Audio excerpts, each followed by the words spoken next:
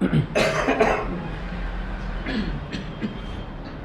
الحمد لله نحمده ونستعينه ونستغفره ونعوذ بالله من شرور أنفسنا ومن سيئات أعمالنا من يهده الله فلا مضل له ومن يضلل فلا هادي له وأشهد أن لا إله إلا الله وحده لا شريك له وأشهد أن محمدًا عبده ورسوله أما بعد فإن أصدق الحديث كتاب الله وخير الهدي هدي محمد صلى الله عليه وسلم وشر الأمور محدثاتها وكل محدثة بدعة وكل بدعة ضلالة وكل ضلالة في النار.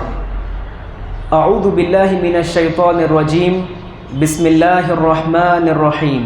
يا أيها الذين آمنوا اتقوا الله حق تقاته ولا تموتن إلا وأنتم مسلمون. يا أيها الناس اتقوا ربكم الذي خلقكم من نفس واحدة وخلق منها زوجها وبث منهما رجالا كثيرا ونساء واتقوا الله الذي تساءلون به والأرحام إن الله كان عليكم رقيبا. يا أيها الذين آمنوا اتقوا الله وقولوا قولا سديدا يصلح لكم أعمالكم ويغفر لكم ذنوبكم ومن يطع الله ورسوله فقد فاز فوزا عظيما. وقال الله تبارك وتعالى في موضع آخر رسلا مبشرين ومنذرين لئلا يكون للناس على الله حجة بعد الرسل وكان الله عزيزا حكيما. رب اشرح لي صدري ويسر لي أمري واحلل عقدة من لساني يفقهوا قولي رب زدني علما. مسجد میں موجود بزرگان دین اسلام، ملت اسلامیہ کے نوجوان ساتھیوں اور عزیز بچوں، اللہ رب العالمین نے ہمارے پیارے حبیب صلی اللہ علیہ وسلم پر قرآن مجید کی جو سب سے پہلے ابتدائی 5 آیت نازل کی، ان آیتوں میں اللہ تعالیٰ نے ہم انسانوں پر 2 بڑے احسان کا ذکر کیا. پہلا احسان یہ کیا کہ اللہ نے ہم کو انسان بنایا، ہماری تخلیق کی، اور دوسرا احسان یہ کیا کہ اللہ نے ہمیں علم سکھایا، اللہ نے ہمیں علم کی نعمت ہمیں عطا کی. اللہ رب العالمین فرماتا ہے اقرأ بسم ربک الذی خلق خلق الانسان من علق اقرأ وربک الاکرم. پڑھو اس رب کے نام سے جس نے انسان کو پیدا کیا، انسان کو جمے ہوئے خون سے پیدا کیا. اقرأ وربک الاکرم، پڑھو تمہارا رب زیادہ نوازنے والا ہے، دوسروں سے بڑھ کر نوازتا ہے، کہ جس نے انسان کو قلم کے ذریعے علم سکھایا اور انسان کو وہ چیز سکھائی جسے وہ جانتا نہیں تھا. اہل علم نے اس 5ویں آیت کے بارے میں فرمایا ہے کہ بھائی انسان کو وہ چیز سکھائی جو جانتا نہیں تھا. اب اس کی تشریح کیا ہے؟ ہم انسان کی تخلیق، ہماری فطرت ایسی ہے کہ ہم اپنی زندگی میں دوسروں کو دیکھ کر بہت ساری چیزیں سیکھ لیتے ہیں. ہم اپنی آنکھوں سے مشاہدہ کرتے ہیں، دیکھتے ہیں، وہ چیزیں ہمیں سمجھ میں آنے لگتی ہیں. جیسے ہر روز سورج کہاں سے نکلتا ہے اور کس جگہ جا کر ڈوبتا ہے، یہ ہم انسان دیکھ دیکھ کر سیکھ لیتے ہیں، کسی کے بتانے کی ضرورت نہیں ہے. گھر میں کسی جگہ آگ لگ جائے تو ہم تجربے کے ذریعے سیکھ جاتے ہیں کہ آگ کو بجھانے کے لیے پانی چاہیے، تو ہم پانی کے ذریعے سیکھ لیتے ہیں کہ یہ پانی آگ کو بجھا سکتی ہے. تو ہم انسان ایسے ہیں کہ تجربے اور مشاہدات سے بہت ساری چیزیں سیکھ لیتے ہیں، ہم اس میں ایکسپرٹیز حاصل کر لیتے ہیں. لیکن اللہ نے یہاں پہ فرمایا کہ ہم نے انسان کو سکھایا جو وہ جانتا نہیں تھا. کیا نہیں جانتا تھا؟ انسان تو مشاہدے اور تجربے سے بہت ساری چیزیں جان چکا، تو کیا نہیں جانتا تھا؟ یہی نہیں جانتا تھا کہ اللہ کو راضی کیسے کرنا ہے. ایک انسان یہ نہیں جانتا تھا کہ میرا رب کون ہے، میرا رب کیسا ہے، جنت کو حاصل کرنے کے لیے کون سے اعمال کرنے پڑیں گے، جہنم سے بچنے کا طریقہ کون سا ہے. یہ انسان خود بخود تجربے اور مشاہدات سے نہیں سیکھ سکتا۔ جس انسان کی عمر 60-70 سال ہو گئی ہو، وہ بھی اپنی زندگی بھر کے علم کو آپ کے سامنے نہیں رکھ سکتا اور یہ نہیں کہہ سکتا کہ یہ چیز کرنے سے جنت مل جائے گی، یہ چیز کرو گے تو اللہ راضی ہو جائے گا۔ یہ انسان اپنے تجربے سے نہیں کہہ سکتا، بلکہ اللہ رب العالمین نے اس چیز کو سکھانے کے لیے اپنی طرف سے ہر زمانے میں کچھ رسول، کچھ انبیاء کرام بھیجے لوگوں کے پاس، جنہوں نے لوگوں کو یہ علم سکھایا، یعنی یہ دین کا علم سکھایا۔ اسی لیے اللہ رب العالمین فرماتا ہے رسلا مبشرین و منذرین، کہ ہم نے ہر دور میں رسولوں کو بھیجا، جو رسول لوگوں کے پاس آ کر تمہیں اللہ کی خوشخبری سناتے ہیں۔ ایک کام کرو، اس کے اوپر اتنی زیادہ نیکی مل جائے گی۔ اللہ کا ڈراوا سناتے ہیں، یہ کام کرو گے سارے اعمال برباد ہو جائیں گے، یہ کام کرو گے جہنم رسید کر دیے جاؤ گے۔ تو رسول آ کر خوشخبری بھی سناتے تھے اور ڈراوا بھی سناتے تھے۔ اب یہاں پر ہمیں بات معلوم ہو گئی کہ اللہ رب العالمین نے ہم تک اپنے دین کو پہنچانے کے لیے رسول بھیجے ہیں، تو کیا مجھے اور آپ کو اس دین کو سیکھنا ضروری ہے؟ اللہ نے آگے والے حصے میں فرما دیا کہ لِأَلَّا يَكُونَ لِلنَّاسِ عَلَى اللَّهِ حُجَّةٌ بَعْدَ الرُّسُولِ، کہ ہم نے یہ رسول جو تمہارے پاس بھیجے ہیں، ہمارے بھیجنے کا مقصد یہ ہے کہ کل قیامت کے دن جب تم ہمارے سامنے حاضر رہو گے تو کوئی تم میں سے یہ نہ کہہ سکے کہ مجھے تو معلوم ہی نہیں تھا۔ کوئی اللہ کے سامنے یہ بات نہ کہہ سکے کہ مجھے یہ دین کے بارے میں کچھ پتہ ہی نہیں تھا۔ تو اس حجت کو قائم کرنے سے یہ بہانہ نہ قائم کر سکے کوئی بھی انسان، اس لیے رسولوں کو بھیج دیا۔ تو معلوم ہوا کہ دین کا علم ہمارے لیے اس قدر سیکھنا ضروری ہے کہ کل قیامت کے دن ہمیں اسے سیکھے بغیر کامیاب نہیں ہو سکتے۔ اس لیے ہم اپنی روزمرہ کی زندگی میں کوشش کریں کہ دین کا علم حاصل کرتے رہیں، دین کا علم حاصل کرتے رہیں۔ اور اللہ کے فضل و کرم سے ہم نے جب سے اصلاح ہوئے ہیں، یا پھر جب سے ہم نے اللہ رب العالمین کو جانا ہے، ہم نے دین کا ایک ضخیم ذخیرہ جمع کر لیا ہوگا۔ ہم دین کے بارے میں بہت کچھ جانتے ہوں گے، لیکن صرف دین کو حاصل کر لینا کامیابی نہیں ہے، بلکہ دوسری چیز کہ آپ نے جتنا حاصل کیا وہ آپ کی زندگی میں کتنا نظر آتا ہے، اس کا اثر کتنی زندگی پر پڑ رہا ہے، وہ جب تک نظر نہیں آئے گا تب تک ایک انسان کامیاب نہیں ہے۔ اسی لیے اہل علم نے کہا کہ مکہ کے لوگوں کے پاس جب اللہ کے نبی صلی اللہ علیہ وسلم آئے تو انہوں نے دو کام کیا، جس کے بارے میں اللہ رب العالمین فرماتا ہے لَقَدْ مَنَّ اللَّهُ عَلَى الْمُؤْمِنِينَ اِذْ بَعَثَ فِيهِمْ رَسُولًا مِّنْهُمْ يَتْلُو عَلَيْهِمْ آيَاتِهِ وَيُزَكِّيهِمْ وَيُعَلِّمُهُمُ الْكِتَابَ وَالْحِكْمَةَ، کہ یقیناً مومنین پر اللہ رب العالمین نے بڑا احسان کیا کہ انہی میں سے ایک رسول کو بھیجا، جو رسول ان کے پاس آ کر دین کا علم سکھاتا، قرآن کی تلاوت کرتا اور انہیں پاک صاف کرتا تھا۔ پاک صاف کرتا تھا یعنی کہ انہوں نے صرف علم حاصل نہیں کیا، اس علم کی بنا پر جو جو چیزیں ان کی زندگی میں غلط بتا رہا تھا وہ علم، اسے انہوں نے نکال پھینکا۔ جو چیزیں ان کی زندگی میں خالی تھی نیکی، اس نیکیوں کو انہوں نے اپنایا، یہ رسول نے کام کیا۔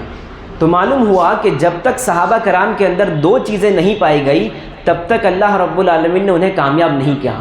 کیا چیز؟ سب سے پہلے اللہ کے نبی صلی اللہ علیہ وسلم نے انہیں علم سکھایا، اور دوسری چیز ان کے نفس کو پاک کیا۔ جو کچھ سیکھا انہوں نے اپنی زندگی میں کتنا اسے نافذ کیا، ان کا نفس اس علم کو سیکھنے کے بعد تبدیل ہوا یا نہیں، یا ویسا کی ویسا ہی تھا۔ تو یہ جب تک نہیں ہوا تب تک اللہ رب العالمین نے ان کو کہا کہ اگر یہ نہیں سیکھتے تو رسول کے آنے سے پہلے یہ لوگ گمراہ تھے۔ تو معلوم ہوا کہ انسان کی بنیادی کامیابی یہ ہے کہ وہ سب سے پہلے علم دین سیکھے، اور دوسرا اس علم کے مطابق اپنی زندگی کو ڈھالے۔ جتنا کچھ اس نے علم حاصل کیا ہے اس کے ذریعے اس کی زندگی تبدیل ہونی چاہیے۔ اب دیکھتے ہیں کہ ہم علم جانتے ہیں، لیکن اب ہم اس علم کو اپنی زندگی میں نافذ کرنا چاہتے ہیں۔ تو اس کا سب سے آسان راستہ یہی ہے کہ جس کو صحابہ کرام نے اختیار کیا تھا۔ صحابہ کرام بھی انسان تھے، انہوں نے علم حاصل کیا، علم حاصل کرنے کے بعد جو کچھ انہوں نے حاصل کیا اسے اپنی زندگی میں نافذ کیسے کیا جائے، وہ جو طریقہ انہوں نے اپنایا ہمیں بھی وہی طریقہ اپنانا ہے۔ صحابہ کرام کی زندگی کو دیکھیں تو ہمیں اس بات کا احساس ہوتا ہے کہ انہوں نے اپنی زندگی کو تبدیل کیا نبی صلی اللہ علیہ وسلم کے ساتھ بیٹھ کر۔ نبی صلی اللہ علیہ وسلم جب خطبہ دیا کرتے تو مسجد میں اذان سے پہلے پہنچتے تھے۔ جب کبھی دروس کا سلسلہ ہوتا، تقریر کا سلسلہ ہوتا تو اس تقریر میں حاضر رہتے۔ ان کا دنیاوی کوئی مشغلہ، دنیاوی کام انہیں ان چیزوں سے روکتا نہیں تھا، بلکہ وہ کیسے نہ کیسے وہاں تک پہنچنے کی کوشش کرتے۔ یہ ایک ایسی چیز ہے جس کے ذریعے نفس تبدیل ہوتا ہے، انسان بدلتا ہوا نظر آتا ہے۔ جو لوگ ان دروس میں آ کر بیٹھتا ہے، وقت لگاتا ہے، کچھ سالوں بعد آپ خود دیکھیں گے کہ اس کے اندر تبدیلی آنے لگتی ہے۔ تو تبدیلی کا ذریعہ یہ ان دروس میں آنا، ان خطبوں میں پہلے پہنچنا ہے۔ جو انسان اس کی پابندی کر لے وہ انسان کے اندر تبدیلیاں آنا شروع ہو جاتی ہیں۔ لیکن ایک شیطان ایک ایسی ذات ہے جو انسان کے بارے میں جانتا ہے کہ اگر انسان اس محفل میں بیٹھنے لگ جائے، ان دروس میں اذان سے پہلے پہنچ جائے تو پھر میرے ہاتھ سے نکل جائے گا۔ اس کے پیچھے میں نے اتنی محنت کی، سب میری محنت پر پانی پھر جائے گا۔ تو وہ کبھی نہیں چاہے گا کہ کوئی مسلمان ان دروس میں آئے، وہ کبھی یہ نہیں چاہے گا۔ پھر کبھی کبھار شیطان یہ بھی بات ڈالتا ہے کہ ان دروس میں آنے کی ضرورت نہیں ہے، ان علماء کرام کے ساتھ بیٹھنے کی ضرورت نہیں ہے، سب کچھ سوشل میڈیا پر موجود ہے۔ آپ ایک فون کھولیں، انٹرنیٹ چالو کریں، آپ کے سامنے ساری چیزیں مل جائیں گی۔ کسی کے پاس انٹرنیٹ نہ ہو، کتابوں میں ساری چیزیں موجود ہیں، پڑھ لو، سیکھ لو۔ لیکن یہ ساری چیزیں انسانوں تک علم تو لے کر آیا ہے، لیکن یہاں پر بیٹھ کر جو فائدہ ایک انسان کو حاصل ہوتا ہے وہ وہاں انٹرنیٹ پر بیٹھ کر، گھر بیٹھے بیٹھے کچھ ویڈیو کلپس دیکھ کر آپ کو حاصل نہیں ہو سکتا۔ آگے مثالیں بھی بتاؤں گا میں آپ کو کہ کیسے وہ چیزیں حاصل نہیں ہو سکتی۔ سب سے پہلی چیز کہ انٹرنیٹ سے ہم یقیناً جانتے ہیں علم ہم تک پہنچ چکا ہے، ہمارے جیبوں تک آ چکا ہے، لیکن یہاں بیٹھ کر جو فائدہ ہے وہ آپ کو اسی مسجد میں بیٹھ کر ملنے والا ہے، دوسری جگہ نہیں مل سکتا۔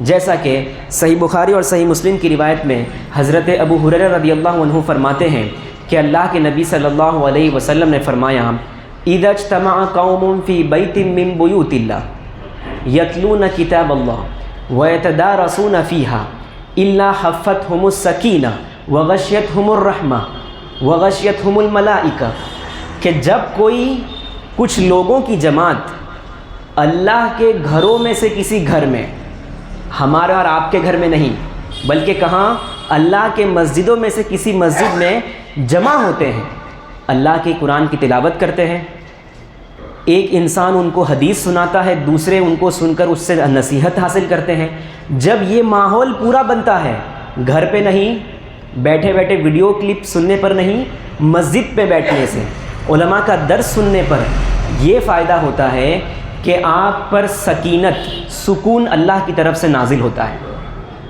اللہ کی رحمت آپ کو ڈھانپ لیتی ہے۔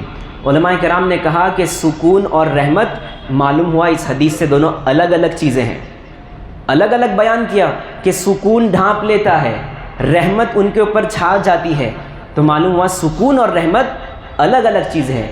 ہم میں سے کس انسان کو سکون نہیں چاہیے؟ ہر ایک انسان کسی نہ کسی مسئلے کو لے کر پریشان ہے، اگر اس کی جسمانی طور پر پریشانی نہیں ہے تو کسی کی ذہنی طور پر پریشانی ہے، اپنے کاروبار کو لے کر، اپنی صحت کو لے کر، اپنے خاندان کو لے کر، گھر کے مسائل کو لے کر پریشان ہے۔ اگر اس پریشانی سے چھٹکارا پانا ہے، سکون لینا ہے، تو اس مجلس میں آنے کی ضرورت ہے۔ اور ہم جانتے ہوں گے، وہ لوگ بخوبی جانتے ہوں گے کہ مسجدوں میں ملنے والا سکون ایک ایسا سکون ہے جو گھر پر بھی نہیں مل سکتا۔ یہ وہ لوگ جانتے ہوں گے جو ان مسجدوں میں آ کر سکون کو حاصل کرتے ہیں۔ رحمت کس کو نہیں چاہیے؟ اللہ کی رحمت کے بغیر تو انسان جنت میں داخل نہیں ہو سکتا۔ رحمت کو حاصل کرنا ہے، جمع کرنا ہے، تو ایسے دروس میں پہلے آنے کی کوشش کرنی پڑے گی۔ پھر فرمایا کہ فرشتے ان کو ڈھانپ لیتے ہیں، اور سب سے بڑی فضیلت یہ ہے کہ اللہ رب العالمین ان مجلس میں جو لوگ بیٹھے ہیں ان کا نام لیتا ہے اپنے مجالس میں۔ اللہ رب العالمین فرشتوں کے سامنے ان بندوں کا نام لیتا ہے۔ بھائی اگر کوئی ہم سے کہے کہ اس ڈاکٹر صاحب کے پاس گیا تھا تو انہوں نے آپ کا ذکر کیا، آپ کا نام لے کر وہ کہہ رہے تھے کہ وہ بڑے اچھے انسان ہیں، تو ہمارے دل میں خوشی آتی ہے کہ وہ اتنے بڑے ڈاکٹر ہیں، میرا نام لے رہے تھے، مطلب مجھ میں کوئی اچھی بات ہے۔ تو میں ایک مسلمان اس حدیث کو سن کر تو اور بڑا خوش ہوگا کہ اگر میں یہ کام کر لوں تو میرا رب میرا نام لے کر فرشتوں کے سامنے یاد کرے گا، ذکر کرے گا۔ تو یہ انسان کے لیے بڑی فضیلت ہے، اسے حاصل کرنا ہے تو ان مجلسوں میں آنے کی ضرورت ہے۔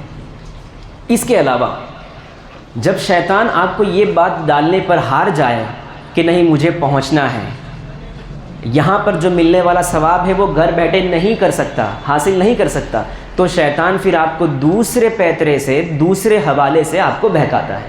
ان میں سے ایک بڑا بہکاوا شیطان کا یہ ہے کہ جب ایسے دروس ہوتے ہیں تو ہمارے ذہن میں یہ خیال آتا ہے کہ ان دروس کا، ان خطبوں کا وقت اسی وقت ہے جب ہمارے کاروبار کرنے کا وقت ہے، ہماری نوکری اسی وقت ہوئے تو ہم نوکری کو چھوڑ کر کیسے آئیں؟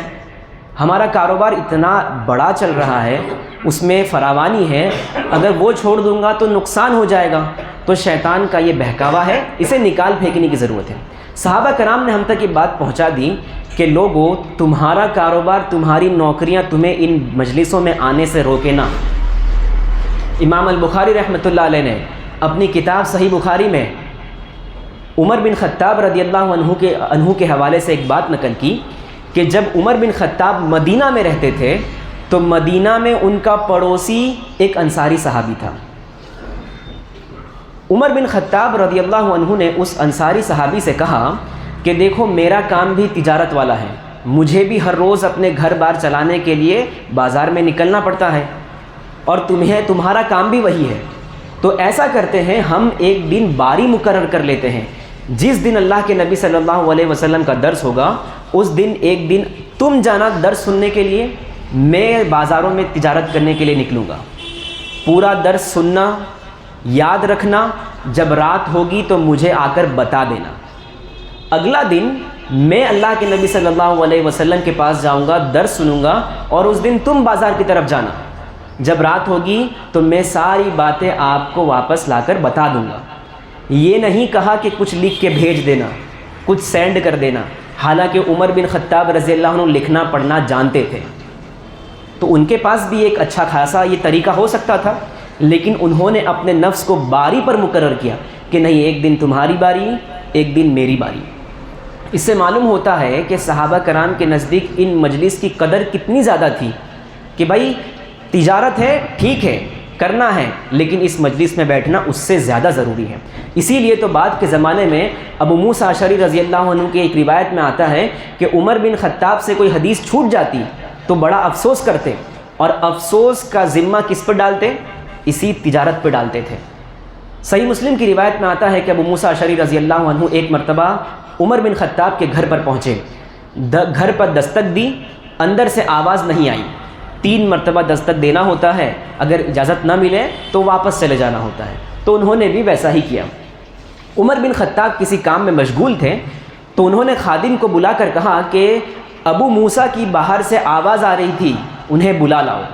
خادم جب جا کر دیکھتا ہے تو ابو موسیٰ اشعری رضی اللہ عنہ وہاں سے چلے جا چکے ہوتے ہیں۔ عمر بن خطاب کہتے ہیں جہاں گئے ہیں انہیں واپس بلا کر لاؤ۔ جب خادم انہیں بلا کر لاتا ہے تو عمر بن خطاب ان سے کہتے ہیں کہ کیا مشغلہ تھا، کیا کام تھا؟ تو ابو موسیٰ کہتے ہیں کہ آپ کو ایک حدیث سنانی تھی۔ تو کہا سناؤ؟ تو انہوں نے کہا کہ اللہ کے نبی صلی اللہ علیہ وسلم نے ایک مرتبہ مجھ سے کہا تھا کہ دستک اجازت 3 مرتبہ لینا ہے، اگر اجازت نہ ملے تو پھر واپس ہو جانا ہے۔ تو عمر بن خطاب رضی اللہ عنہ کو یہ حدیث معلوم نہیں تھی، تو انہوں نے کہا کہ اگر اس حدیث پر تم نے گواہ پیش کیا تو تب تو ٹھیک ہے، لیکن اگر گواہ نہیں پیش کر پائے کہ یہ بات تم نے اللہ کے نبی سے سنی ہے تو پھر میں تمہیں سخت گرفت کروں گا تمہاری۔ ابو موسیٰ گھبرا گئے کہ ان کے پاس تو کوئی علم نہیں ہے کہ یہ حدیث کسی اور صحابی نے سنی ہوگی کہ نہیں۔ تو ابو موسیٰ فوراً انصار کے ایک مجلس میں گئے، وہاں جا کر یہ حدیث پڑھی اور کہا کہ تم میں سے کوئی ہے جس نے اس حدیث کو سنا ہو؟ تو ایک چھوٹے سے صحابی اس وقت ابو سعید الخدری رضی اللہ عنہ کھڑے ہوتے ہیں اور کہتے ہیں کہ ہاں یہ حدیث میں نے سنی ہے۔ تو دونوں صحابی عمر بن خطاب رضی اللہ عنہ کے پاس پہنچ کر کہتے کہ ہاں انہوں نے بھی یہ حدیث سنی ہے۔ عمر بن خطاب اس وقت جو بات کہتے ہیں وہ ہمارے لیے نصیحت ہے۔ انہوں نے کہا الہانی قد خفی علی من امر رسول اللہ، دیکھو دیکھو اللہ کے نبی صلی اللہ علیہ وسلم کی یہ پیاری حدیث مجھ سے چھوٹ گئی۔ الہانی السقف فی الاسواق، اور یہ چھوٹنے کی وجہ کیا تھی کہ جب یہ حدیث بتا رہے تھے تو دیکھو میں اس وقت بازاروں میں گھوم رہا تھا تجارت کے لیے۔ تو ہمیں یہ نصیحت ملتی ہے کہ عمر بن خطاب کے اس قول سے کہ ہمارا کاروبار، ہماری نوکریاں ہمیں ان مجلسوں میں آنے سے روک نہ لیں، کسی نہ کسی طرح سے وقت نکالیں گے تو ضرور وقت نکلے گا۔ تو یہ ہم نے سیکھا کہ شیطان جب ہمارے دل میں یہ بات ڈال دے کہ وہاں بیٹھنے سے زیادہ ضروری آپ کا یہ والا کام ہے، تو یہ شیطان کا بہانہ ہے، شیطان کا وسوسہ ہے، اسے نکالیے اور اس مجلس میں آنے کی کوشش کریں، ایسی دروس میں آنے کی کوشش کریں، یہ آپ کی زندگی میں تبدیل لانے کا ذریعہ بنتا ہے۔ تیسرا وسوسہ شیطان کی طرف سے یہ ہوتا ہے کہ شیطان ہمارے بعض مسلمانوں کے ذہن میں یہ بات ڈالتا ہے کہ یہاں پر وہی بات بتائی جاتی ہے جو آپ نے 10 سال پہلے سنی ہے، ایک ہی بات بار بار بتائی جاتی ہے، نماز فرض ہے، روزے رکھنے فرض ہیں، جھوٹ نہیں بولنا ہے، سچ ہمیشہ بولنا ہے، تو یہی بات بار بار بتائی جاتی ہے، تو وہی بات کو سننے کا فائدہ کیا ہوگا؟ جانتے تو ہو۔ بسا اوقات کوئی نوجوان انسان کسی بزرگ انسان کو کہہ دے کہ بھائی چلو وہاں پہ درس ہے، وہاں جا کر بیٹھتے ہیں، تو وہ بزرگ انسان کبھی کبھار یہ بھی کہتا ہے کہ بھائی ہم تو 10-20 سال سے بیٹھے ہیں، سب کچھ ہم نے سیکھ لیا ہے، تم ابھی نوجوان ہو، نئے آئے ہو، تمہیں بیٹھنے کی ضرورت ہے، ہم نے تو بیٹھ لیا ہے۔ تو یہ بھی شیطان کا وسوسہ ہے، اسے نکال پھینکنے کی ضرورت ہے۔ ہم میں سے کوئی انسان یہ نہ سمجھے کہ میں نے بہت کچھ سیکھ لیا ہے، بلکہ صحابہ کرام کی زندگی کو دیکھیں کہ صحابہ کرام رضی اللہ عنہم، چاہے انہوں نے اللہ کے نبی صلی اللہ علیہ وسلم کے ساتھ ایک لمبا عرصہ گزارا ہو، ہر درس میں بیٹھے ہوں، لیکن پھر بھی جب آخری دور میں بھی اگر درس کبھی ہوتا تو فوراً بیٹھ جاتے تھے۔ صحیح مسلم کی روایت میں آتا ہے کہ عقبہ بن عامر رضی اللہ عنہ بیان کرتے ہیں کہ مجھے انصار کے لوگوں نے بکری چرانے کا کام دیا۔ اس زمانے میں ہوتا یہ تھا کہ ہر گھر میں کچھ بکریاں ہوتی تھیں، تو اب ہر گھر میں سے کوئی انسان ہر روز بکریاں تو چرانے جا نہیں سکتا تھا، دوسرے دیگر کام بھی ہوتے تھے، تو انصار کے لوگ ایک شخص کو متعین کرتے تھے کہ تم آج کے دن ہمارے ساری بکریوں کو لے کر جانا اور شام کے وقت واپس لا کر چھوڑ دینا۔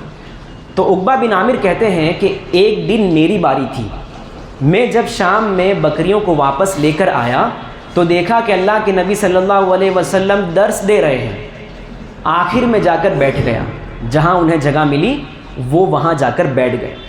تب اللہ کے نبی صلی اللہ علیہ وسلم کہہ رہے تھے کہ جو آدمی اچھے سے وضو کر کے نماز ادا کر لے، نماز اس طرح سے ادا کرے کہ اس کی آنکھیں اور اس کا دل سجدے کی طرف ہو، یعنی نماز کے اندر ہو، تو اس آدمی پر جنت واجب ہو جاتی ہے۔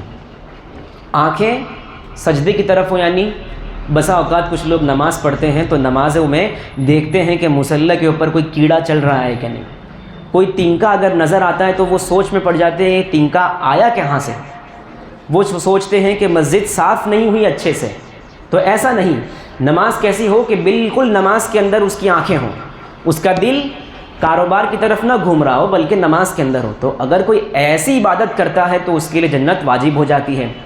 تو سوچئے عقبہ بن عامر کہتے ہیں کہ کیا شاندار حدیث اللہ کے نبی صلی اللہ علیہ وسلم نے کہی، بہت نرالا حدیث ہے۔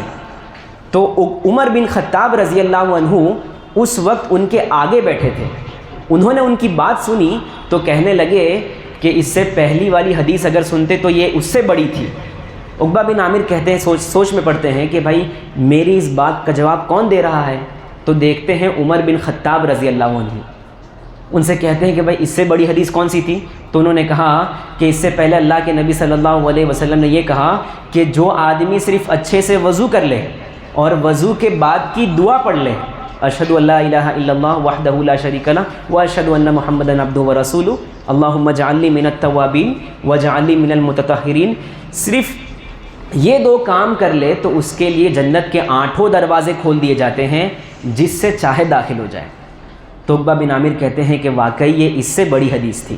جو حدیث پہلے بیان کی اس سے بڑا ثواب یہ تھا کہ ایک آدمی صرف وضو کر لے اچھے سے اور وضو کے بعد کی دعا پڑھے تو اس کے لیے جنت کے 8 دروازے کھول دیے جاتے ہیں۔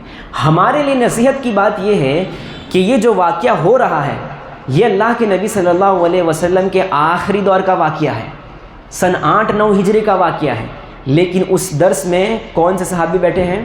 عمر بن خطاب رضی اللہ عنہ، جنہوں نے ابتدائی اسلام میں اسلام قبول کیا تھا، مکہ میں انہوں نے اسلام قبول کیا تھا۔ انہوں نے یہ تو نہیں کہا کہ ہم نے مکہ کے سارے کلاسز اٹینڈ کر لیے ہیں، مکہ میں جہاں جہاں اللہ کے نبی نے درس دیا تھا ہم نے وہ اس جگہ پر بیٹھ کر ہم نے سب کچھ سن لیا ہے، یہ تو نہیں کہا، بلکہ وہ اپنے نفس کو مجبور کرتے تھے کہ مجھے اس محفل میں اس درس میں حاضر ہونا ہے۔ تو کبھی کوئی یہ نہ سمجھے کہ جو کچھ باتیں بتائی جا رہی ہیں ہم نے سن رکھی ہیں، نہیں، صحابہ کرام اپنے نفس کو مجبور کرتے تھے کہ ایسے جگہوں پر آنا ہے۔ اچھا، یہ والا مسئلہ کب پیدا ہوتا ہے کہ ہم نے بہت کچھ سن رکھا ہے؟ جب ہماری نیت جمع کرنے کی ہو۔ ہمیں جو اکتاہٹ آتی ہے یہاں بیٹھنے پر، نمازوں اور روزوں کے مسائل جب بات کی جاتی ہے تو ہمیں نیند آنے لگتی ہے۔ کیوں نیند آنے لگتی ہے؟ کیونکہ ہماری نیت صرف جمع کرنے کی ہوتی ہے۔ جب انسان کی نیت جمع کرنے کی ہو تو اسے جب کوئی بات پہلے سے معلوم ہو، وہ اسے دوبارہ سنائی جائے تو وہ یہی کہے گا جانتا تو ہوں، وہی بات بتا رہے ہیں تو سو جاتا ہوں، پھر نیند آنے لگتی ہے۔ لیکن انسان کی اگر نیت بدل جائے، صحابہ کرام جیسی نیت ہو جائے تو پھر انسان سوئے گا نہیں، انسان کو اکتاہٹ نہیں آئے گی، انسان ان دروس سے بھاگے گا نہیں۔ تو صحابہ کرام کی نیت کیا ہوتی تھی؟ صحابہ کرام کی نیت علم جمع کرنے نہیں ہوتا تھا، وہ کبھی بھی علم جمع کرنے کے لیے نہیں آتے تھے، لیکن ہم جمع کرنے کے لیے آتے ہیں۔ ہم سوچتے ہیں کہ آج کچھ نئی بات معلوم پڑ جائے تو لوگوں کو بتاؤں گا، کوئی کبھی مسئلہ پوچھ لے تو ہم اس مسئلے کا جواب فوراً دے دیں گے اور کہیں گے کہ مجھے علم ہے۔ تو اس وجہ سے نہیں آتے تھے، بلکہ صحابہ کرام کی نیت الگ ہوتی تھی۔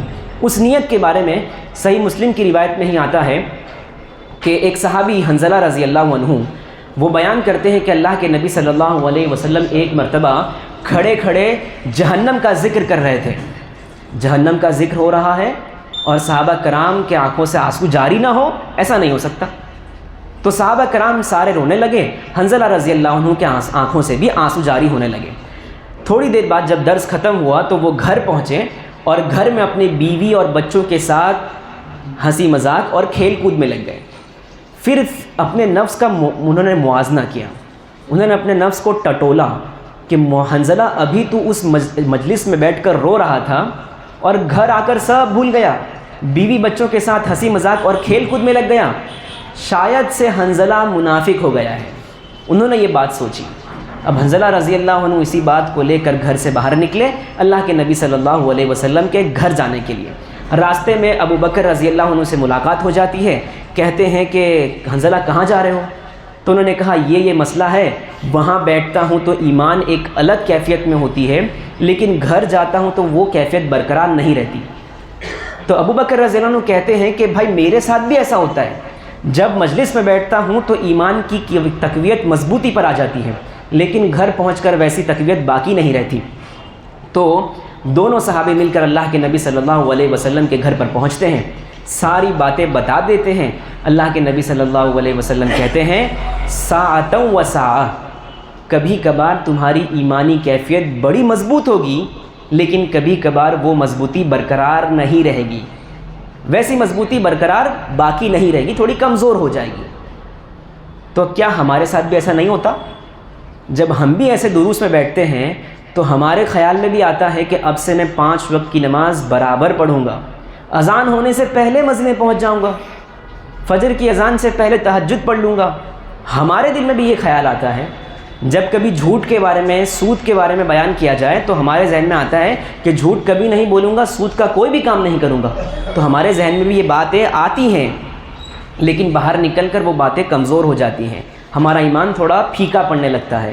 تو صحابہ کرام کے زمانے میں بھی صحابہ کے ساتھ ایسا ہی ہوتا تھا، لیکن صحابہ کرام اس بات کو جانتے تھے کہ اگر میں اس مجلس میں بیٹھ کر اپنے ایمان کو مضبوط کرنے کے بعد جب دوبارہ باہر نکلتا ہوں تو کمزور ہوتا ہے۔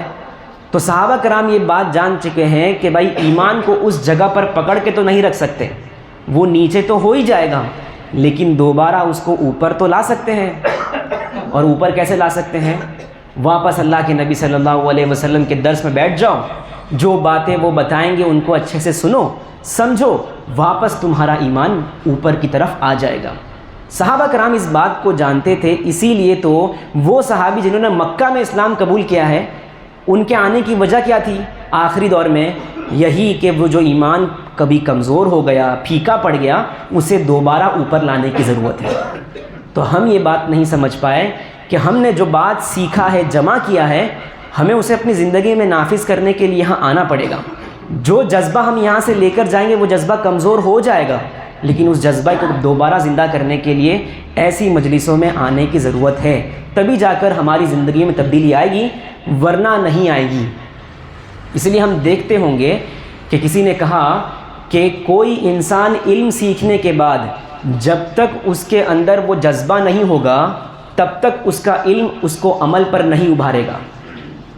وہ اللہ کا ڈر اگر نہیں ہوگا تو تب تک وہ انسان نماز نہیں پڑھے گا. ہم میں سے کس انسان کو نہیں معلوم نماز پڑھنا فرض ہے؟ لیکن پھر بھی ہم سے چھوٹ کیوں جاتی ہے؟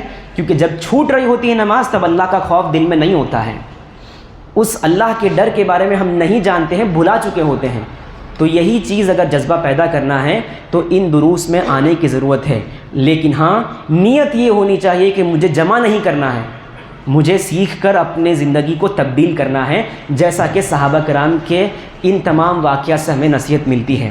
رب العالمین سے دعا ہے کہ رب العالمین آج ہم نے اس جمعے کے خطبے میں بہت ساری چیزیں سیکھی. مثال کے طور پر کہ علم حاصل کرنا ہر ایک انسان پر فرض ہے، اور اس علم کی بنیاد پر ہمیں اپنی زندگی کو تبدیل کرنا ہے. شیطان آپ کو ان دروس میں بیٹھنے سے ضرور بضرور روکے گا، کبھی کاروبار کا خدشہ دکھا کر، کبھی نوکریوں کا بہانہ دکھا کر، کبھی کبھار ایک انسان یہ سوچے گا کہ یہی باتیں ہوں گی جو باتیں پہلے آپ نے سن رکھی ہیں، دوبارہ سننے کا کوئی فائدہ نہیں. یہ ساری کی ساری چیزیں شیطان کے وساوس ہیں، وسوسے ہیں، ان سے بچیے اور ان دروس میں آنے کی کوشش کریں اگر آپ اپنی زندگی میں تبدیلی چاہتے ہو تو.